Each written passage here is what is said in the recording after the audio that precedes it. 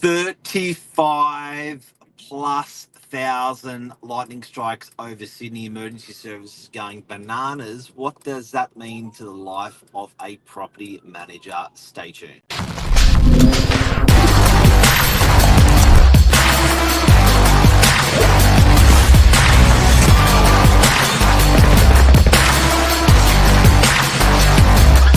I'm the ringleader, so listen up. Wow, Cleo Whitty, expert property manager of 4,000 years. How are you? I'm good, thank you. How are you? Good, good. So last night, how'd you go? Did you get affected? No, thankfully not. It was a beautiful light show from where I'm sitting, however, and some of those big thunder cracks, I was like, don't wake the kids up, please. But it Oh was my good. God.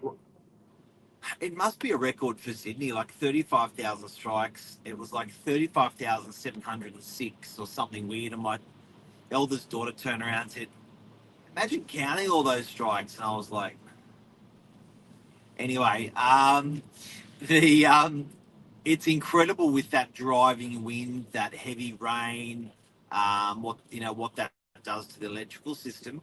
What does that mean to you today? Like for property managers out across Sydney, what's today going to look like? Well, I'm anticipating there's going to be some tenants that are without power, like you said. That is something that I believe the SCS and information that's coming through from the Facebook channels. Tenants are being tuned on that. They will call us and they'll say, "I've got no power." Like it's not something an electrician would typically come out in these types of conditions. It will highlight, however, some of those older style properties that have got the old phase electrical power boards in their units and things like that. It will possibly spark landlords to upgrade and put some more safety features in there. Because when something like this happens, that's when you start thinking about all the things you should have or could have insured for or done to prevent issues. Well, a lot of people don't know that if an electrician opens up your electrical board and it's become a donkey and compliance has gone beyond that board, they have to upgrade that electrical board. So I think some people today are going to be forced to do upgrades across their circuit boards just due to compliance. 100%, and just even every day-to-day use, a tenant has a lot of appliances in comparison to what they had in the 70s and 60s and 50s and some of these buildings that were built. I even know when we bought this house where I'm living, we're like, there's no power points here. What is going on? We had to install all these power points because they were just older houses didn't have so much need for them. But in the event of storms and things like these extreme weather events, the older homes are impacted a lot as well. And especially the issue with trees. A lot of owners might think, oh, I'll chop that tree, I'll trim it, it's not really needed now. But if a big branch comes down and, to put your home in jeopardy now is a bit too late to think about those preventative measures. Yeah, because I was actually driving home last night. I went through Mossman and a branch had come down over 2.5 lanes, across 2.5 lanes on the city bound um, lane. And you could just squeeze through a car to get through. So, fortunately, traffic wasn't stopped. But these things are a ton or half a ton of, it doesn't matter whether it's steel or lumber or concrete, it's half a ton.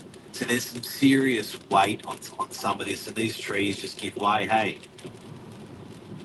It's so true. And, I had a client once, his branch had come down on a neighboring property and it was literally like a seesaw dangling on the fence. And he's like, well, I don't want to pay for all of that tree branch to be removed. And the other owner was like, they had to split the cost of the branch, this gigantic tree branch, And you don't think, but arborists, it does cost a lot of money to have a tree lopper out. Trees are very big expense when living in certain parts of the northern beaches. I think it works out about 1,500 a tree, sometimes more depending on the size. And then you've got the wood chipper, you've got a crane, you've got all these additional costs. So you would think, yeah, it's just a branch or a tree, but it can be quite expensive. And I know, in these big events of storms and lightning and things, the SES, there's only so much they can do when everybody's in the same situation and inundated. I had a property in Belrose that had a tree fall on the house. That house was vacant for a year while the insurances fixed the roof and the tree got removed and the tenants got relocated. It was almost a year where those landlords, didn't have a tenant or any rent or income. So it can be really devastating when it's to do with trees and weather and things like that. So probably the biggest message from today is get a hard copy, a physical copy of your insurance, and just have a good old mosey that it's current, and have a good old Yeah. mosey that you agree with what's covered. Um, do you want contents in covered? What happens in extreme weather events? You've got fire to consider, you've got flood to consider, you've got electrical to consider. And just have a look how much those things are and if they are in your policy, because you don't want to find out after the event, yeah? It's too late then. Yeah, exactly. Exactly. And you know what? It's the beginning of the year. Now's a good time to get all your affairs in order when it comes to insurances and things to Yeah. do with that. And if you are a tenant out there that is affected, rest assured that there are lots of people that are willing to help in these extreme events, and obviously our office. And if you need to come in and let us know what's going on, more than welcome to come into the office. And any of our team will be able to assist you in the right direction of how to go about it. So, Cleo, out of the properties you're managing, just over 500 properties yourself, and the team's managing just over 2,000. What would be, when you get in today, what's it gonna look like? What do you expect? Everyone calls, a couple of people call. What's the nature of what you're against around the corner? Yeah, you haven't got to your desk yet, but what does your crystal ball say? I'm going to have positive vibes. I'm thinking just normal plumbing, electrical maintenance in my inbox, nothing heavy. I have been doing some preventative tree lopping work with a few of my properties at the moment. So I'm relieved that I've had certain things taken care of already. So I like to just feel positive and think that everyone out there was safe last night and just enjoyed the electrical storm from the comfort of their lounge with no problems. So fingers crossed. Well, stay tuned next Thursday. We'll give you a 1 minute update on what happened today. But I hope everyone out there today was nice and safe, and with their families. And so, check insurance is the message out of today. Definitely. Do preventative work, particularly with trees. Um, be aware that your electrical switchboard has to have consistent upgrades done to it. And if those upgrades have not been done, you will be forced to upgrade your board. Um, Anything else?